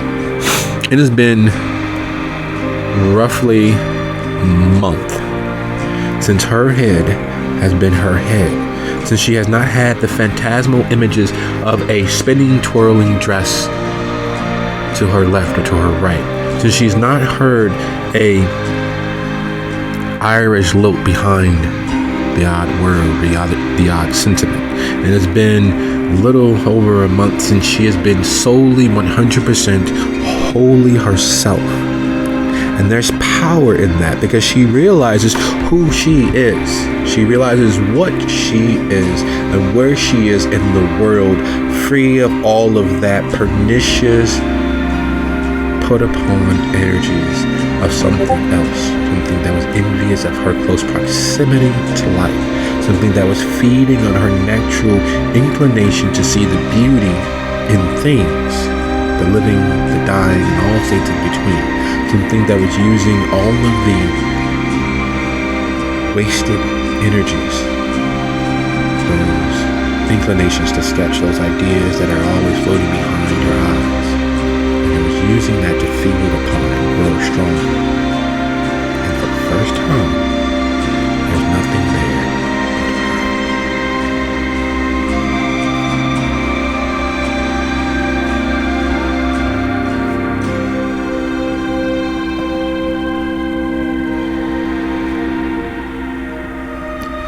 And speaking of nothing there, the sign, "Pardon our dust," seems as out of place at a church as, well, an all-you-can-eat buffet at a strip joint.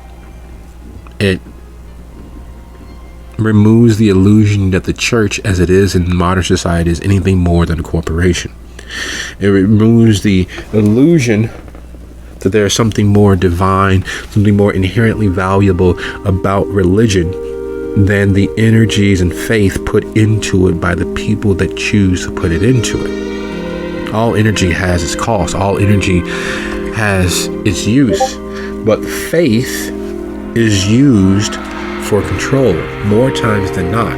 The energies of fellowship that people give away for free is, well, given away without anyone knowing the true value of it. It is given away in such a manner and collected so greedily that it has been powering so many will-working warlocks, necromancers, and the like for centuries. Because there's power in belief and power in faith. And what you sacrifice, what you're willing to trade in use, determines what you are willing to get out of it. And as you, Felix, step from the vehicle with your sister moving in a protection arc around you, her pace matching yours being just ahead of you, standing generally just between where you and Felix are, even though you guys are walking abreast of each other and she is walking slightly ahead. She's still aware of him and the environment around you while lugging and carrying all of your utensils. The fact that you are able to approach and there hasn't been anyone to stop you says a lot. It says far too much. That even though Zal and the Castigliones themselves are aware as to how valuable this place is, they are sure that no one could take it from them, even in the current shambles that it is in.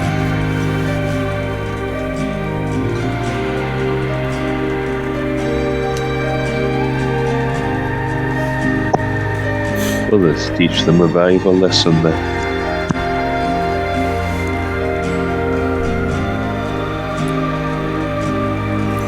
Making your way in, you are surprised that the parish is still operational. The priests are still fixing things and puttering around the space, and they look up from their works, preparing the altar, the midnight mass, and preparing the confessional, and having a small, quiet conversation with each other. But they don't stop you. It's almost as if they all but recognize you all.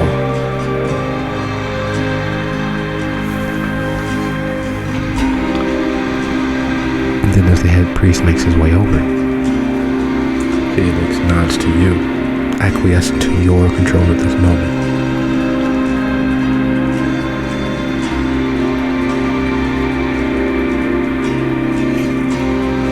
You bear a striking resemblance to a cousin. Might I have your family name? Rossi.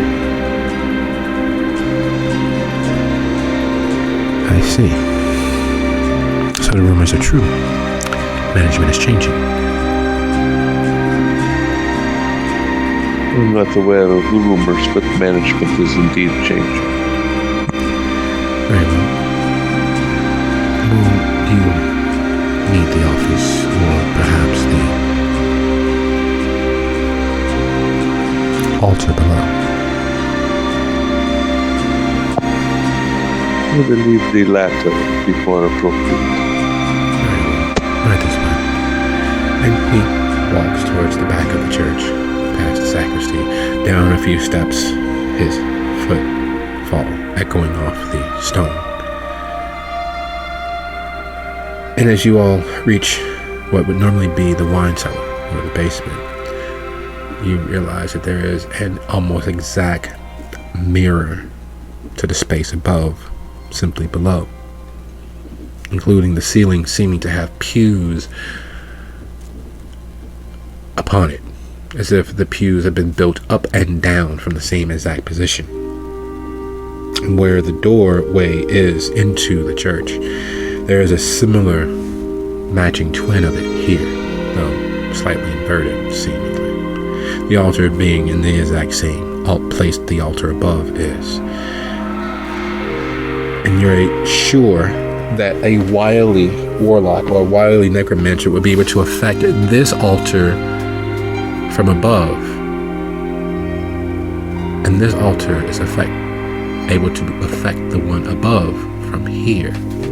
And you realize that while everything that happened here with the death of Wojcik and the battle that was taking place, that while they were doing so in what was seen the most obvious public space, it was using the inherent darker energies from this place above.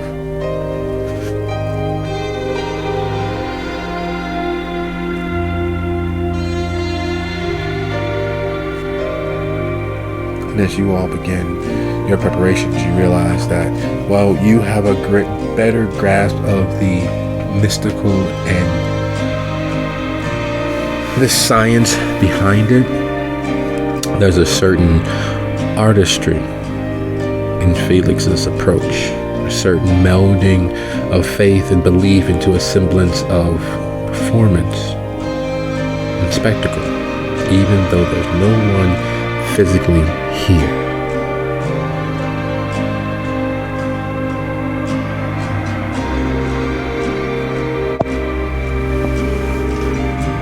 The different approaches that the various cousins of the family take is always fascinating to me. It is, especially considering our dear cousins the Dunsons hold on the East Coast and their penchant for holding all financial means of control. It's funny how they're the bank for the family, yet hold so little understanding of the power that we wield. Because it is a power that we wield. We open doorways all the time. We control those that pass through it like trolls underneath bridges. Yet there's only so much control you have. The tighter you hold on to those energies, the less control you have. The looser your grasp, the more control, but the less of it you hold. I always thought there had to be a balance.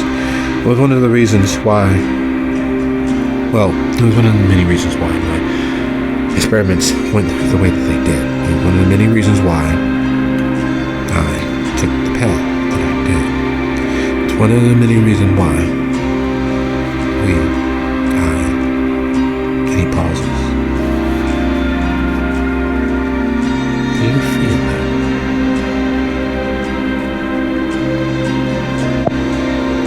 I don't know. Do I feel that?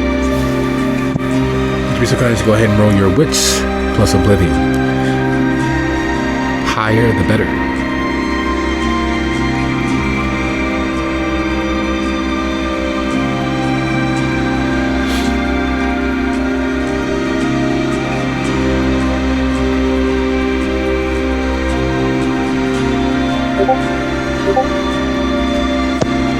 Well then.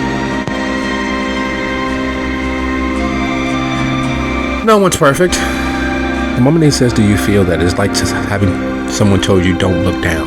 You instinctively look down to see how high you actually are up, to take in the view. And not only do you feel that, a dark part of you chuckles. Your fucking mother pops into your head. The energies that she released, that you utilized, her willing to or wanting to tap into the hub of the God machine, her willingness to sacrifice your coterie, your tools against your wishes, her willingness to use you as leverage to control a city from a distance and use the energies without actually ever putting skin into the game. She's not the only one that likes to bend the rules. She's not the only one that likes to think their political acumen allows them more power than they actually have. She doesn't realize that, much like Felix just explained, the tighter you hold something, the less control you have.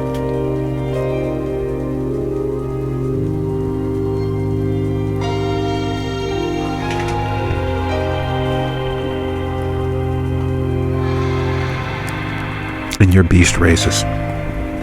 It begins rattling the bars like an animal trapped inside during the start of a tornado or hurricane, a huge storm. Your beast is absolutely living because you know what was released.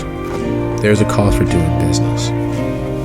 If a spirit takes flesh, it loses a portion of its power. If a spirit leaves the Shadowlands and permanently takes up residence here in the Skinland, it grows weaker. However, cut off from that other portion of itself, cut off from its other half, that other half in the Skinland grows stronger. Still tied and bound by the rules that all spirits obey, even the lesser and greater incarnate, it grows strong enough to be willing to bend the laws. And if it's allowed to grow strong enough, long enough, it becomes a separate entity than itself, which broke the rules and possessed and manifested in flesh.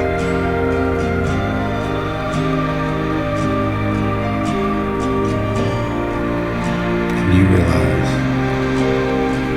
very much,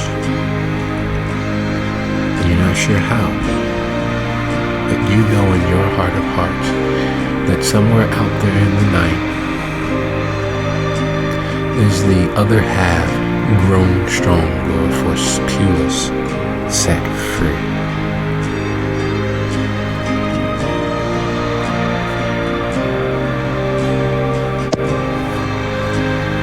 This has been a strange night for such occurrences.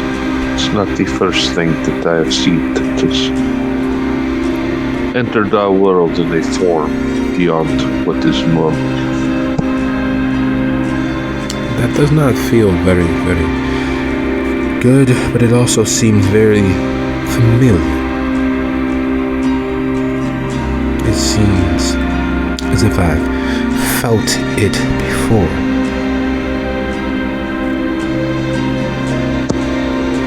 The influence or the manifestation? The influence.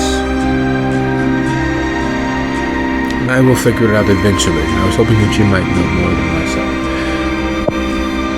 I believe I know who is behind it. Just the fear. Or perhaps slightly more than the fear. Very well. Let us continue. We don't have much time. Power manifested without taking control of is just as bad as not having power at all, after all. And if you are to do what I think you are to do, I believe that we are well on our way to changing the very face and fate of our family.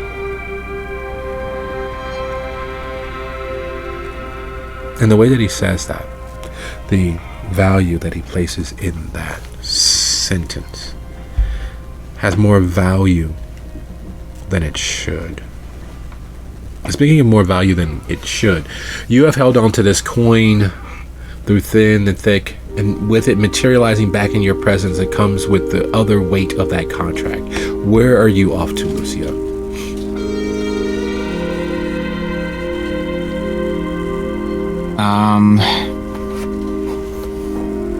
He has a place in mind, but he wants to ask Blue first if he's okay with it. So he's gonna call out once he's away from the others.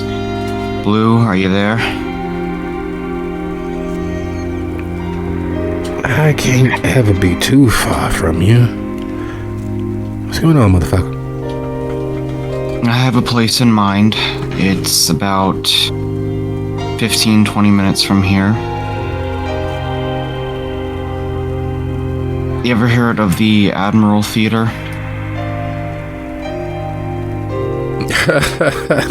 That motherfucker still around? God damn, yeah, I heard of the Admiral Theater, though I thought they all, got cracked out during the late 90s. I thought everybody was going to that OnlyFriends stuff and doing stuff electronically. They did, and then they reopened. And then they closed down again, and reopened again. So, in a lot of ways, the theater's kind of like you.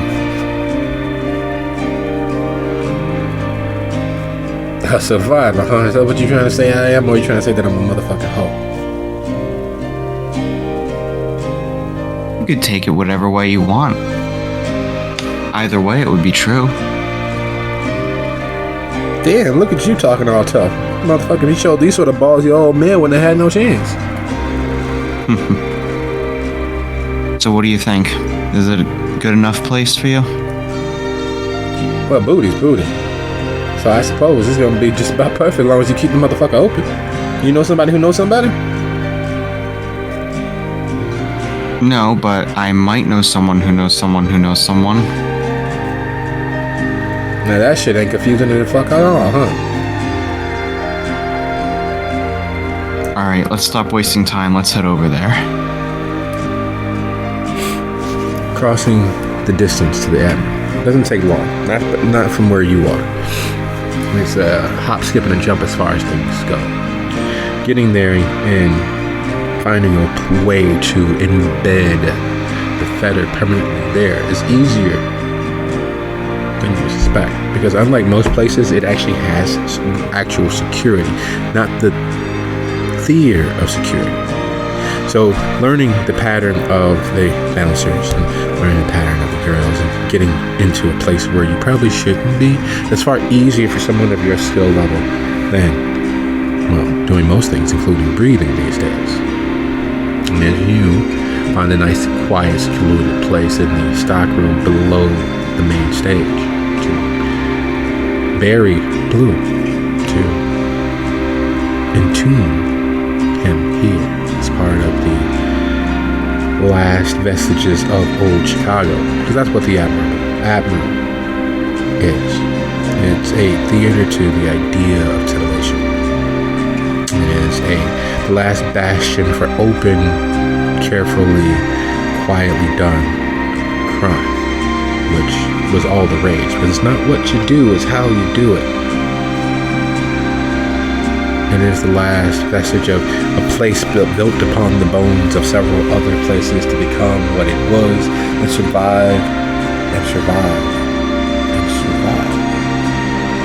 And speaking of that survival, as Hestia deals with the full weight of what that flame is, as Miriam is able to breathe in her own mind and her own presence, as Sophia taps into power,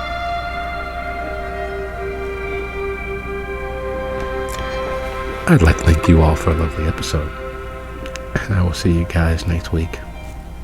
Good night, everybody. Good night, everyone.